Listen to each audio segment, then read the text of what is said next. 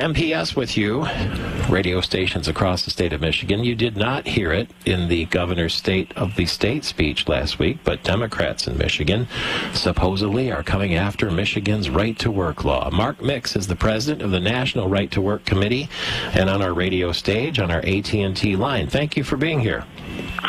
Michael, it's good to be with you, but given that last segment of news, I think I'll head to Gleason's Pub and get a pint on you. That's what I think I'm going to do. It's a good idea, for sure. And, in fact, I happened to be at the swearing-in of State Senator Darren Camilleri, the Democrat from Trenton, and it turns out he, there in the downriver, the blue-collar area, is going to be the one to sponsor the bill. What will it say? What is he proposing? Yeah, Michael, there's a big fight going on in the Michigan legislature about Michigan's workplace and how union officials are going to be able to control the livelihoods of workers.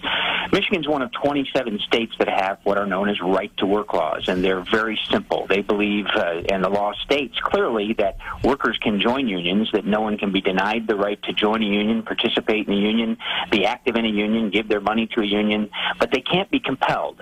And unfortunately, for almost 100 years now in the United States of America, the federal policy has been to impose this idea that I can force you to pay me to work for this radio station.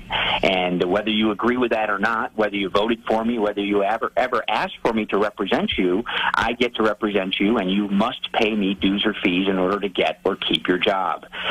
The 27 states that have right-to-work laws have done very well, both from a standpoint of the individual freedom that it gives workers and the accountability that it gives rank-and-file workers to hold union officials accountable. And Lord knows in Michigan with the UAW, there's lots of workers out there that would love to be able to hold some of their executives that, well, some of them are still in jail, I think, but others are out, but workers want to hold them accountable. But yes, there's been a bill introduced in the House and the Senate that would repeal that simple law that was passed a decade ago and signed by Governor Rick Snyder. Interesting. This is an administration that's all about my body, my choice, but gives you no choice when it comes to joining the union, and that's what they want to do anyway. Yeah, that's right. I mean, the rhetoric around it is about, about somehow this is a violation of workers' rights, that you can't compel them. And, it's this argument against organized labor the working man versus the businessman. And it's not. Yeah, but organized labor uses all that money from the dues to lobby, and maybe not on what the workers agree with. Let's talk again as it unfolds. Thank you for the valuable time.